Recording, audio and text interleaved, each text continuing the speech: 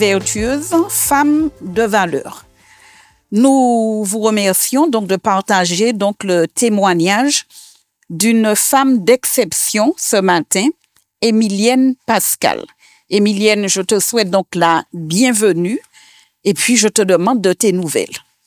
Eh bien, je vous remercie de m'avoir invitée et ça me fait plaisir de connaître parce que je ne savais pas non plus. J'ai eu l'occasion de voir Femme vertueuse une seule fois à la télé. Voilà. Et aujourd'hui, tu fais partie de cette catégorie de femmes vertueuses et tu vas donc partager avec nous un parcours de vie, une expérience qui, j'en suis convaincue, fortifiera toutes ceux et toutes celles qui nous écouteront. Alors, comme d'habitude, j'ai envie de dire, est-ce que tu peux me parler de toi, petite fille? En effet, petite, j'étais plutôt timide, comme beaucoup de jeunes enfants. Hein. Mais j'ai vécu dans une famille où mes parents, surtout mon père, il était très strict sur l'éducation des enfants, mais j'ai eu de bons parents. Rien à dire à ce niveau-là. Okay. Et Émilienne, dis-moi, quelles valeurs ont été donc prônées au sein de cette famille?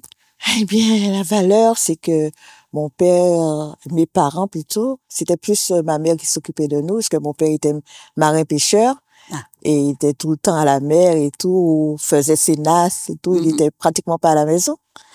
Donc, ma mère, c'était l'obéissante, gentille, femme gentille, voilà quoi, qui voulait que du bien pour ses enfants. Et ma mère n'avait pas l'occasion d'avoir des personnes pour dire, bon, je n'aime pas tel ou tel autre. C'était quelqu'un de... Non, voilà. Vous étiez combien dans cette famille? Nous étions 4 filles, 2 garçons, bien entendu. Ma mère s'est mariée très jeune, elle avait 15 ans. Elle avait 15 ans, mon père avait 23 ans.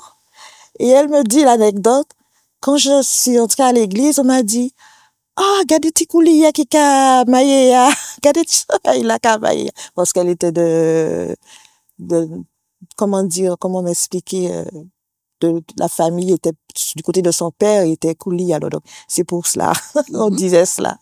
C'était tellement peut-être à 15 ans, c'était pas tellement évident à cet âge-là, cette période-là pour se marier à 15 ans, voilà. Voilà. Émilienne, dis-moi, un père donc marin-pêcheur, est-ce que tu te rappelles d'avoir vécu des moments d'inquiétude, des moments de doute? On sait en général que quand les hommes donc partent en mer, il y a des fois beaucoup d'inquiétude.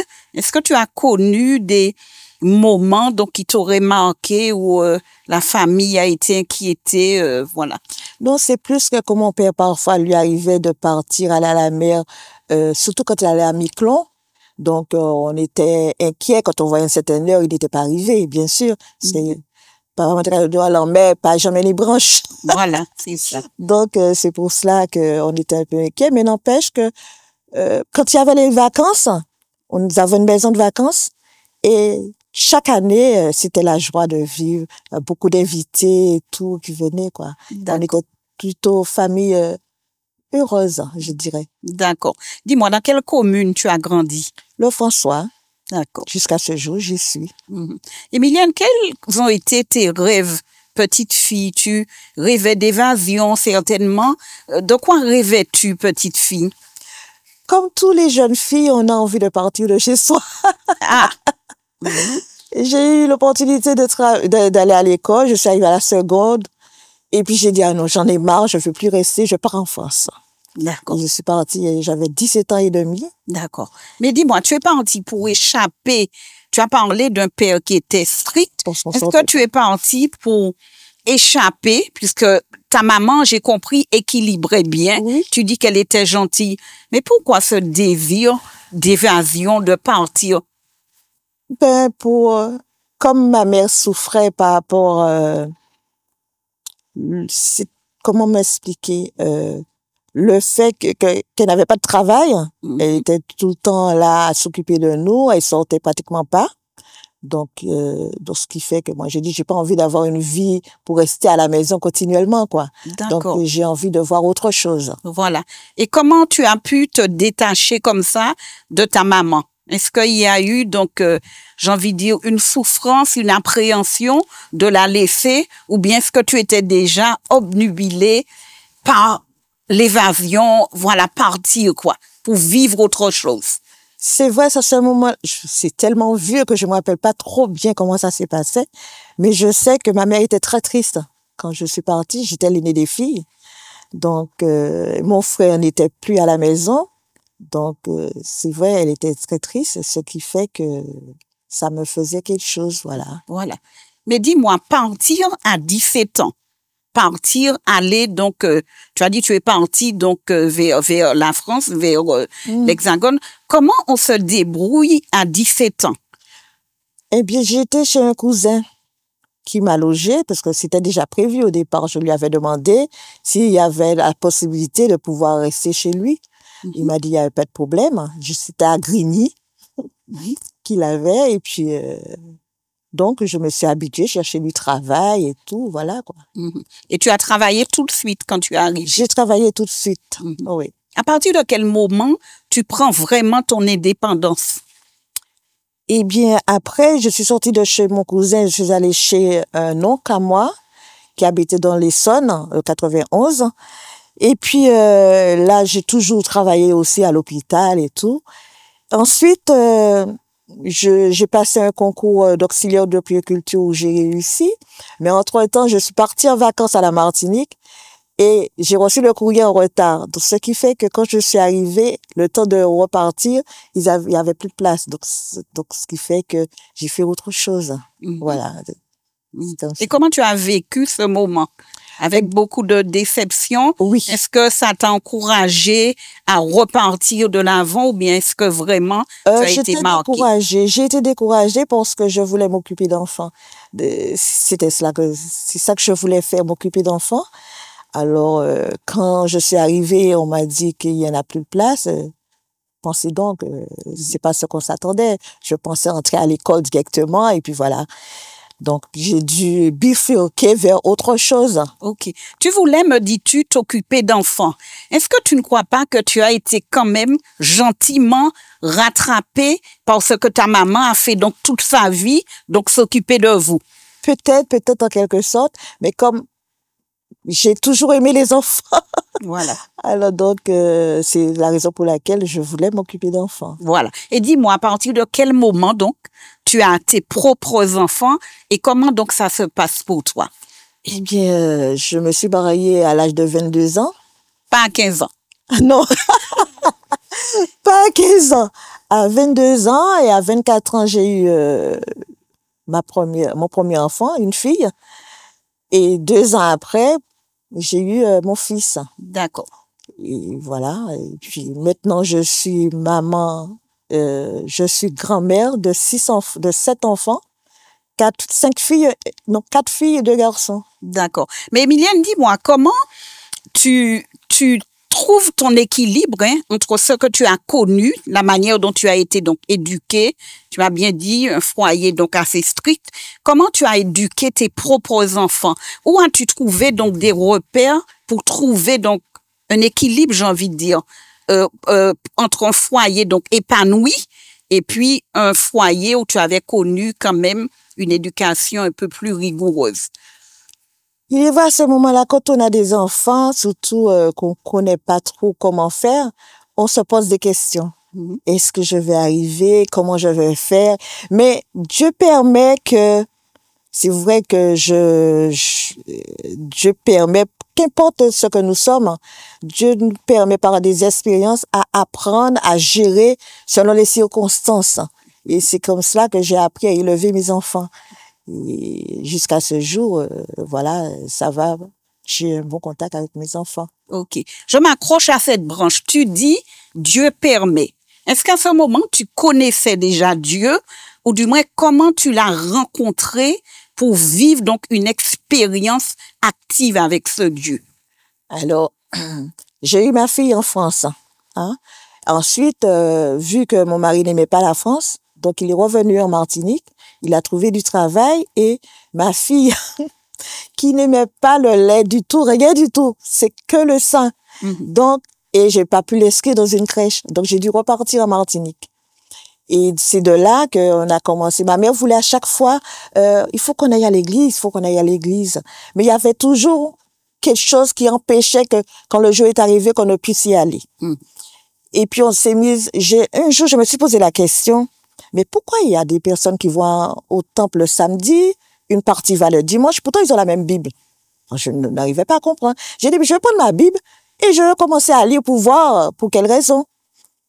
Et là, j'avais une amie que j'ai invitée aussi, qui venait chez nous, et elle me dit, oui, j'ai eu l'occasion d'aller à l'église adventiste, je connais certaines choses, on va en discuter ensemble. Ma mère, donc il y a eu ma mère, ma copine et moi-même, on a commencé à étudier la Bible. Et puis, un jour, mon mari, entre-temps, a fait des expériences.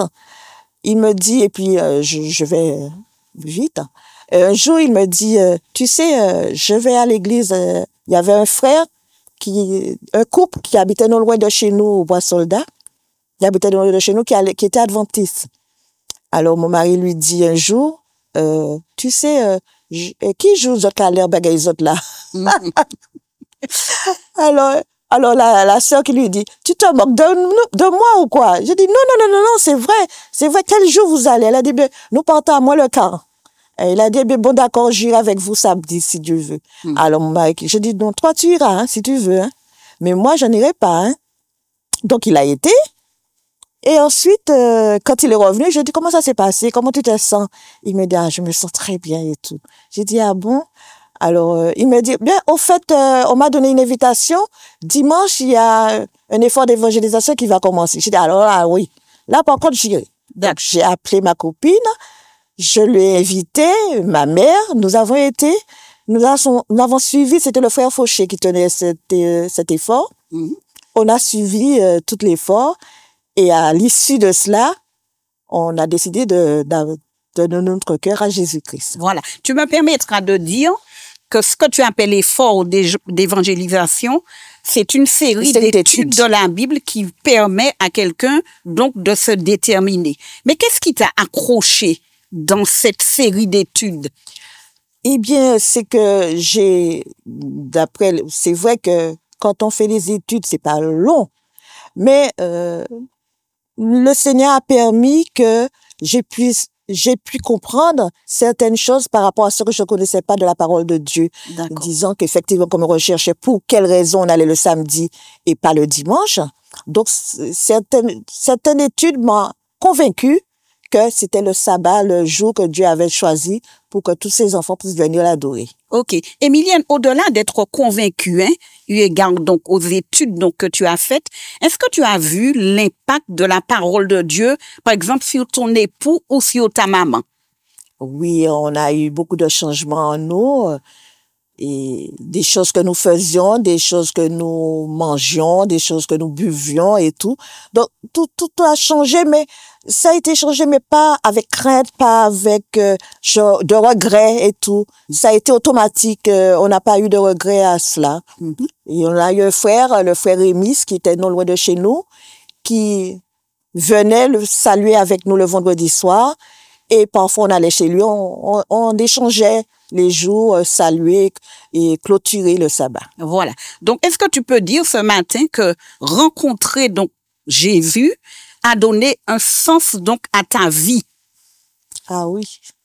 Oui, d'autant plus que j'ai fait pas mal d'expériences à l'issue de ça, bien des années, bien avant, mais il y en a qui m'a marqué particulièrement, notamment quand j'étais en France.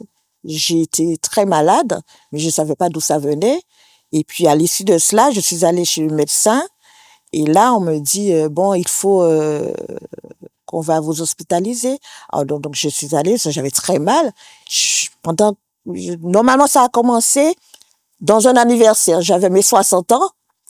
Et j'ai trouvé que j'avais très, très, très mal. Alors, j'ai dit, ah non, je peux plus, on arrête tout. Donc, je suis rentrée chez moi. Et à l'issue de cela, quand je suis arrivée chez moi, il faisait j'avais toujours mal. Donc, on a appelé les pompiers qui sont venus me récupérer.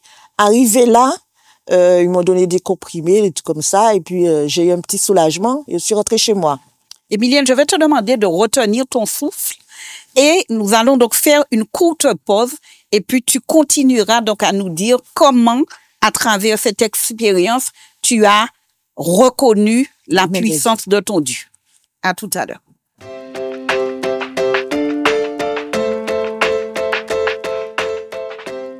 Femme vertueuse, femme de valeur. Nous étions suspendus aux lèvres d'Émilienne qui nous parlait donc d'une expérience qu'elle a vécue à travers la maladie, comment elle a vu donc la main de Dieu. Je te redonne la parole.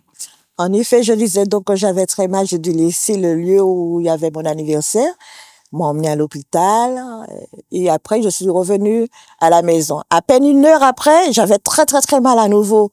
Alors mon frère qui était sorti de Paris pour venir à mon anniversaire, j'avais mon fils qui était sorti à Montpellier pour venir, j'avais le neveu sorti à Saint-Étienne. Voilà. Donc ce qui fait que il me dit Jojo, c'est mon surnom, je t'emmène cette fois-ci, je prends la voiture, je t'emmène. Alors ils m'ont emmené à l'hôpital et il leur a dit écoutez, ma sœur vient de sortir d'ici et elle a toujours mal. Cette fois-ci vous la gardez.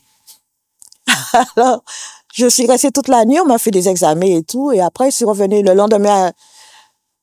Ça s'est passé le week-end et le lundi, j'ai toujours mal. Alors je vais au travail, je travaille dans une clinique non loin de chez moi. Je dis, bon, comme je passe à proximité de là où il y a mon médecin, j'y vais avant. Donc, je vais et là, c'est la crise. Alors, mon médecin, je me suis renseignée, le médecin n'était pas là. C'était un autre. Alors, tout le monde qui me regarde dans le cabinet et tout, le médecin même est sorti tellement il entendait que quelqu'un souffrait. Il me dit, mais madame, vous auriez dû frapper à la porte. Donc, elle m'a fait entrer. Et là, ensuite, elle m'a consulté, elle m'a dit, j'appelle l'ambulance pour vous. Donc, on m'a hospitalisée. Et à ce moment-là, on m'a mis pourtant on m'a pris en charge tout de suite, aux urgences. On m'a mis dans une petite salle et on m'a fait pas mal d'examens et ensuite je vois un monsieur qui vient vers moi. Je dis en moi, il doit y avoir quelque chose de grave. Alors il me dit, ne vous inquiétez pas, effectivement, on va vous mettre de le nez et tout, et on va vous hospitaliser. J'ai dit, écoutez, mais dites-moi, non, j'ai dit, mais combien de jours on va me garder ça au nez et tout? Il me dit, il faut compter 2 à 3 jours. Je prie en moi, je dis, mon Dieu. Je dis, pas avant. Il dit, mais non, pas avant. Je dis, mon Dieu, tu connais ta fille. Tu sais qu'elle va pas pouvoir supporter ça dans son nez, là, comme ça. Il faudra que tu fasses quelque chose pour moi. Le lendemain, j'ai envoyé un message tout de suite qu'on puisse prier pour moi à l'église à Lyon, puisque je faisais partie de l'église de Lyon. J'avais fait ma mutation. Et l'église du Fossoir aussi, j'étais en contact avec le groupe de prière. La sœur Varlet. Donc, je l'ai appelé pour qu'on puisse prier pour moi. Et après, le lendemain, le jour de l'opération, je suis sur la table. On me dit, je dis, bon, je vous laisse dans les mains de Dieu. Il me dit, pardon, madame, j'ai pas compris. Je dis que puisse Dieu vous bénir. C'est tout ce que j'ai pu dire, puisqu'entre-temps, on m'a endormi. Le lendemain, pas le lendemain, après, je me réveille. La première des choses que je fais, c'est... Tu vérifies. Je vérifie. Je vois que je n'ai absolument rien. Je dis, oh mon Dieu, tu as vu que ta fille ne pouvait plus tenir cela. Donc, tu as fait de telle sorte qu'on puisse l'enlever. Donc, après, j'ai eu pas mal de petits problèmes, des inconvénients par rapport à mon opération. Et j'ai une copine à ma fille qui habitait non loin de chez moi. C'est elle qui venait me visiter, puisque je n'avais personne dans le coin où je me trouvais. Et elle venait me voir tous les jours. Et jusqu'à ce que le jour où les médecins sont venus pour me parler. Alors, elle me dit si elle veut ça. Je dis non, et qu'elle reste avec moi. Et c'est de là on m'a appris que j'ai eu un cancer et qu'on m'a coupé une partie de l'intestin et tout, voilà.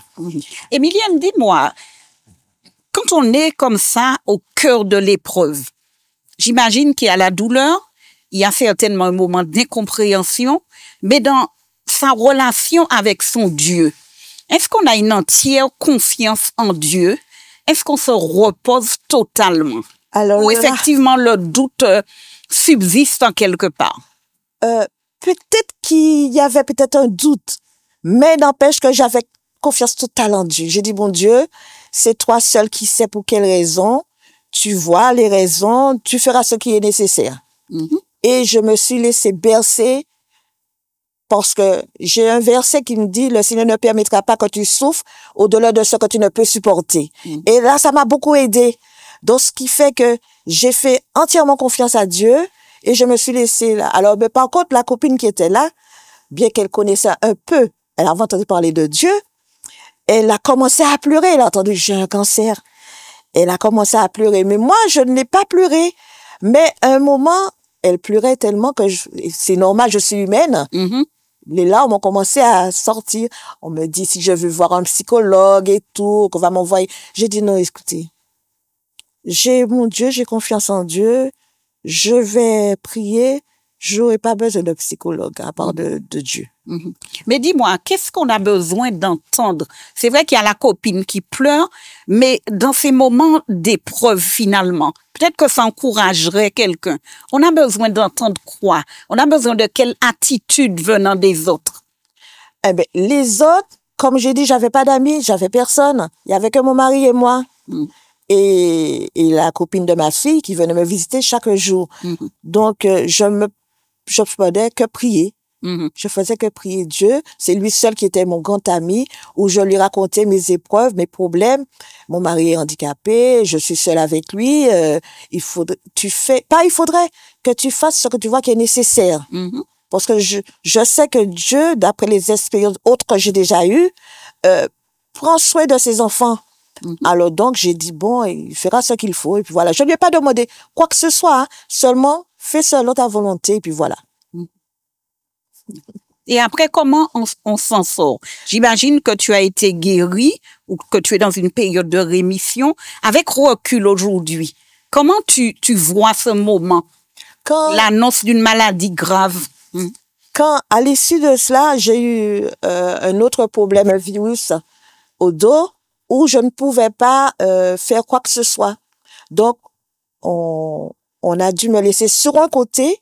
Je buvais, je mangeais, tout sur un côté pour éviter que la colonne vertébrale ne soit attaquée.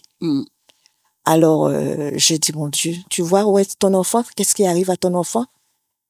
Aide-moi, je t'en prie, aide-moi, parce que je ne peux pas rester comme ça.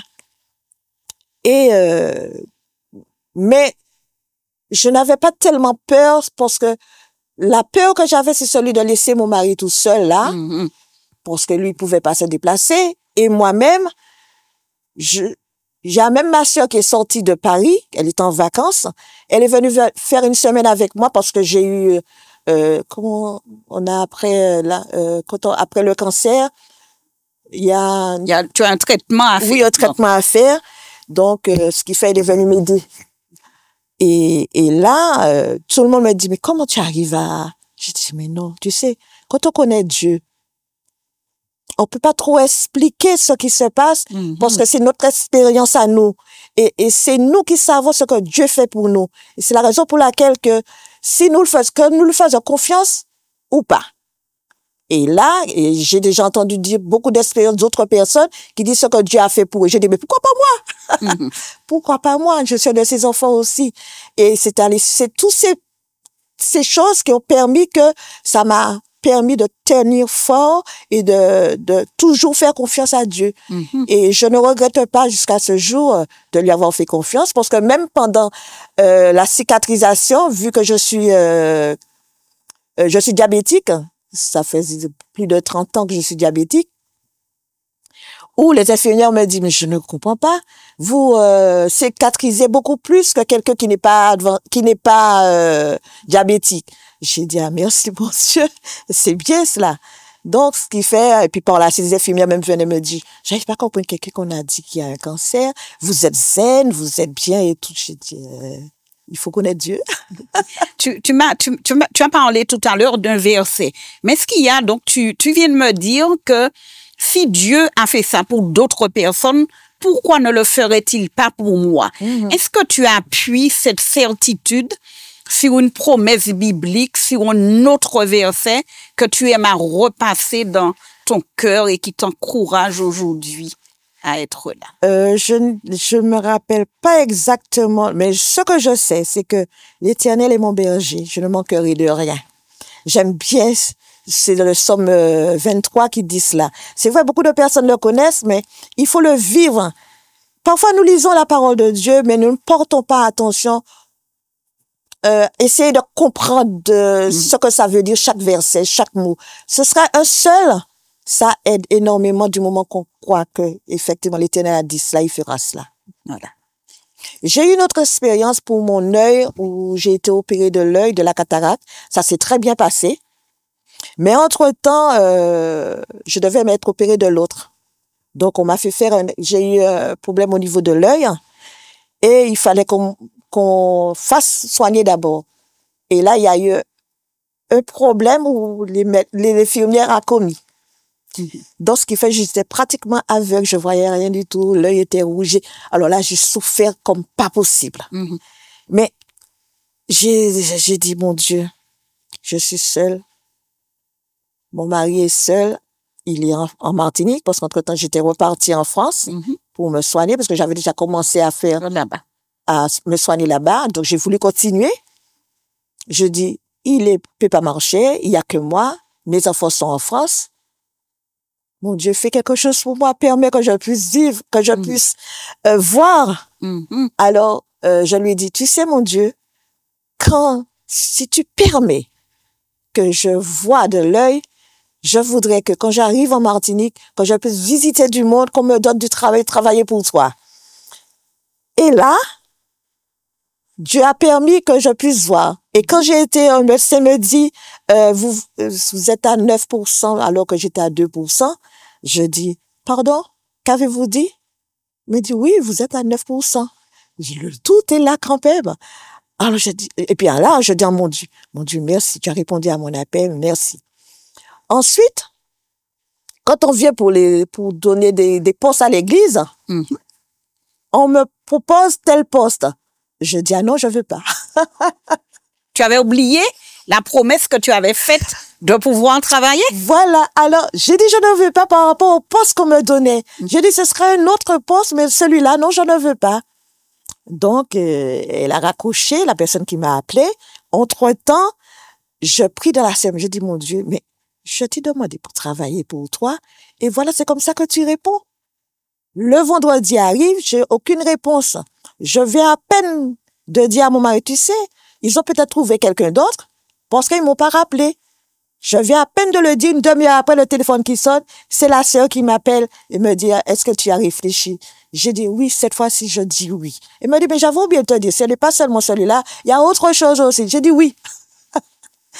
Et voilà où j'ai répondu à l'appel de Dieu, à la promesse que j'avais faite à Dieu. De t'engager. De m'engager pour le Seigneur, comme je l'avais dit que je l'aurais fait. Et le Seigneur n'a pas tardé à me mettre en poste, à ce qu'on me cherche pour me donner un poste pour travailler pour lui. Voilà. Émilienne, comment tu occupes tes journées? Tu me l'as dit, ton mari, donc c'est une personne en situation d'handicap. Qu'est-ce qui te donne donc cette pêche, on va le dire, cette foi que tu as? Je m'occupe de personnes âgées. Et quand je vois certaines situations des personnes, je dis, ah mon Dieu, j'ai pas à me plaindre. Parce que après tout ce que j'ai eu, je vois qu'il y en a pire. Pour moi, c'est rien parce que tu as permis que jusqu'à ce jour, que je puisse vaquer à mes occupations, à faire ce qu'il faut. Eh bien, merci mon Dieu, pourquoi se plaindre? Et quand je vois mon mari qui ne peut pas trop se déplacer et tout, je lui dis, mais il y a beaucoup de personnes qui sont sous un lit, qui ne peuvent pas bouger, qui ne peuvent rien faire. Donc, on ne peut dire gloire à Dieu, merci mon Dieu. Voilà. On ne peut dire que gloire à Dieu, merci mon Dieu. Et puis, vous me direz que ce n'est pas une femme de valeur, femme vertueuse, femme de valeur. Nous vous retrouvons bientôt avec une autre femme.